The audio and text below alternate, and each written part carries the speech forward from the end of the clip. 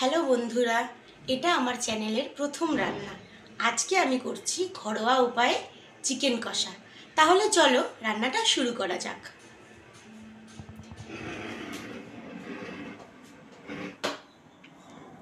এবারে আমি গ্যাসটা জ্বালিয়ে নেব।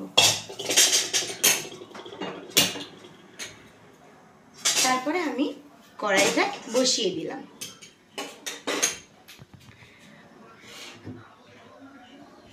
কড়াই বসিয়ে আমি প্রথমে দেব সাদা তেল। আপনারা কেউ চাইলে এই রান্নাটা সর্ষের তেলেও করতে পারেন। এইবার আমি সাদা তেলটাকে একটু গরম হওয়ার জন্য সময় নেব।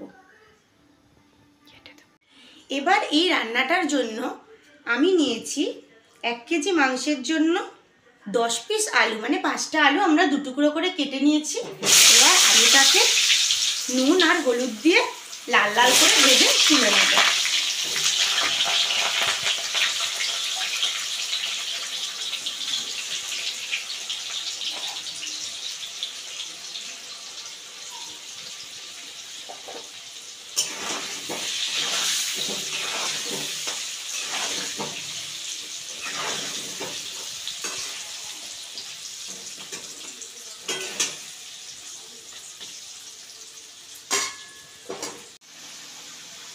এবার আলুটা আমাদের ভাজা হয়ে গেছে। এইবারে আলুটা আমরা একটা পাত্রে তুলে নেব।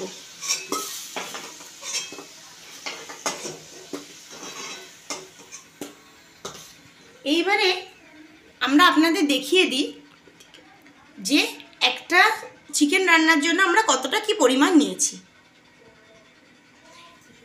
এবারে দেখাচ্ছি যে আমি 1 কেজি চিকেনের জন্য 2টো পেঁয়াজ কুচি করে নিয়েছি, 2টো পেঁয়াজ একটু বড় বড় করে কেটে নিয়েছি, আর আমরা এখানে 14 থেকে 15টা রসুনের কোয়া নিয়েছি, আর সামান্য একটু আদা নিয়েছি। আর এই পেঁয়াজটা বড় বড় করে কেটে নিয়েছি কারণ এটা আমি পেস্ট করে নেব। এইবারে আমি দেখাচ্ছি আমি রসুনটা আগে ভেজে তুলে নেব। রসুনটা ভেজে তুলে নেওয়ার কারণ হলো, রসুনটা আমি ভেজে তুলে নিলে তরকারিতে যদি আমি পরে দিই তাহলে সেটা একটা আলাদা ফ্লেভার আনবে। আমি রান্নার সময় কোনো রসুন ব্যবহার করব না, এটা ভেজে তুলে নেব। তারপরে আমি লাস্টে রসুনটা দিয়ে দেব। রসুনটা ভেজে আমরা লাল লাল করে তুলে নিয়েছি। এবারে কড়াইয়ে আমি দিলাম 3টে তেজপাতা, আর সাথে ফোড়নে দেবো আমি আর একটু গোটা জিরে।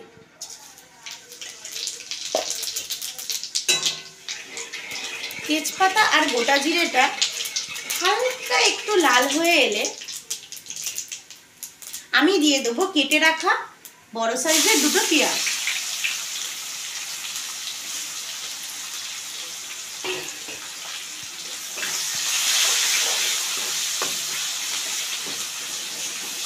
আমরা এখানে আর কোনো তেল ব্যবহার করিনি, যে তেলটা দিয়ে শুরু করেছিলাম সেই তেলেই রান্নাটা আমার হয়ে যাবে।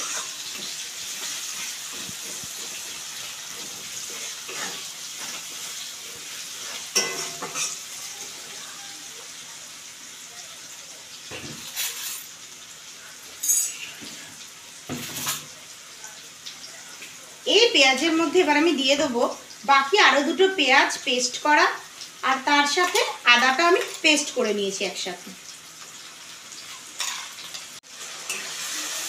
এবারে পেস্ট করা পেঁয়াজটা আমি দিয়ে দিলাম। এই কারণেই পেস্ট করা পেঁয়াজটা ব্যবহার করছি যাতে গ্রেভির মধ্যে একটা ঘন ঘন ভাব আসে।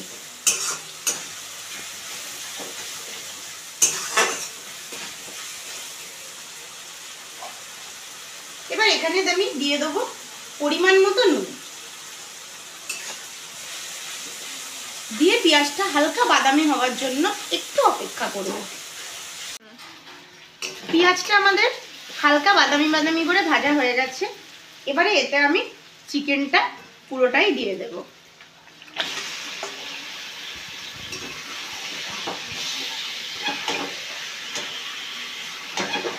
চিকেনটাই নুন হলুদ মাখানো আছে, আমি আর নুন হলুদ দেব না, আমি একেবারেই চিকেনের মধ্যে নুন আর হলুদটা দিয়ে রেখেছি।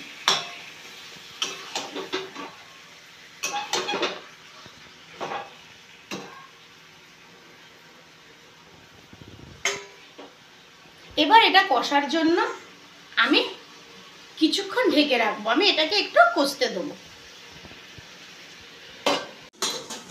এবারে আমি ঢাকাটা খুলে নিলাম। মাংস এই পরিমাণে যখন কষে আসবে তখন এতে আমরা দেব লঙ্কার গুঁড়ো আর জিরের গুঁড়ো।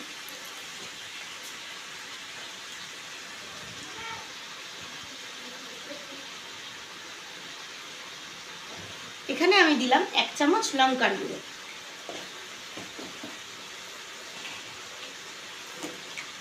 আর তার সাথে দিলাম 1/2 চামচ জিরের গুঁড়ো।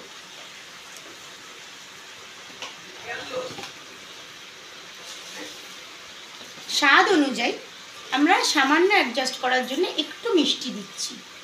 কেউ চাইলে এখানে আপনারা টমেটোর পেস্টও অ্যাড করতে পারেন। আপনারা কেউ চাইলে এখানে একটু কাশ্মীরি লঙ্কাও অ্যাড করতে পারেন, যদি কেউ চান যে কালারটা আরেকটু লাল আসবে। আর যে যেরকম পরিমাণ ঝাল খাবেন ততটা লঙ্কা দিলেই হবে। এবারে আমরা এটাকেও আরও কিছুক্ষণ কষে নেব। তার সাথে এবারে আমরা দিয়ে দেবো আমাদের ভাজা আলুগুলো।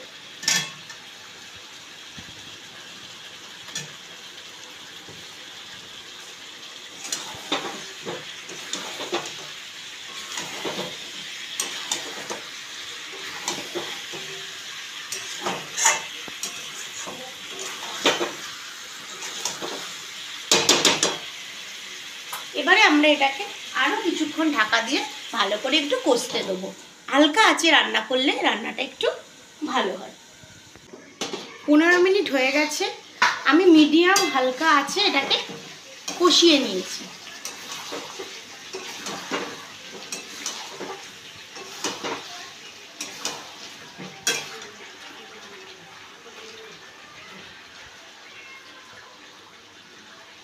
এবার কষিয়ে নেওয়ার পর যে রসুনটা আমি ভেজে রেখেছিলাম সেই রসুনটা আমি হালকা একটু নোড়া দিয়ে থেতে নিয়েছি, দিয়ে আমি এবারে রসুনটা দিয়ে দিলাম।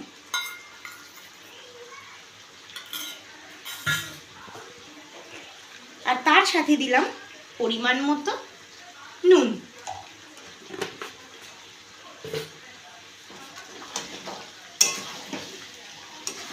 এবার আমরা গ্যাসের আঁচটা একটু বাড়িয়ে দেবো।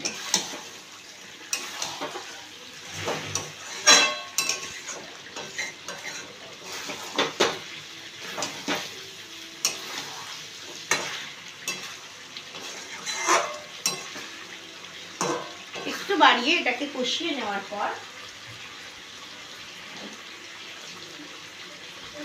আমরা এতে অ্যাড করব জল। আপনারা যতটা ঝোল খান ততটা জল দেবেন, তবে এটা একটু রান্নাটা কষা কষা হবে, তাই অল্প জল দিয়ে আমরা এটাকে মিডিয়াম আঁচে ভালো মতো সিদ্ধ হতে দেব। এতটা জল দিলাম, পুরো ভর্তি করে নয়, দিয়ে এটা আমরা মিডিয়াম আঁচে এখন এটাকে আমরা 20 থেকে 30 মিনিট বসিয়ে রাখবো। 30 মিনিট পর এটা এবারে সিদ্ধ হয়ে গেছে। এবারে আমি সামান্য হালকা গ্রেভি রাখবো, যাতে গরম ভাতের সাথে খেতে ভালো লাগে। এবারে এতে আমি দিয়ে দেবো 1 চামচ মতো ছোট চামচে গরম মশলা।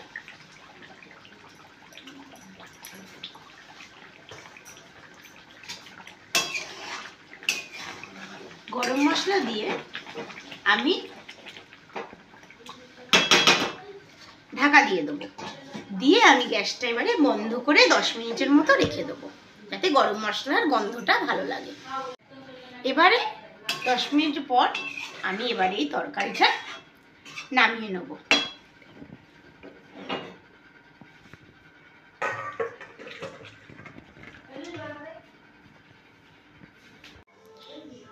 ঘরোয়া উপায়ে চিকেনটা আমরা তৈরি করে ফেলেছি। যারা গরম মশলা খেতে পছন্দ করেন না তারা ওপরে ধনেপাতা ছড়িয়েও এটা সার্ভ করতে পারেন। যদি আমার রান্নাটা আপনাদের ভালো লেগে থাকে তাহলে লাইক করে দেবেন আর চ্যানেলটিকে সাবস্ক্রাইব করে দেবেন। ধন্যবাদ।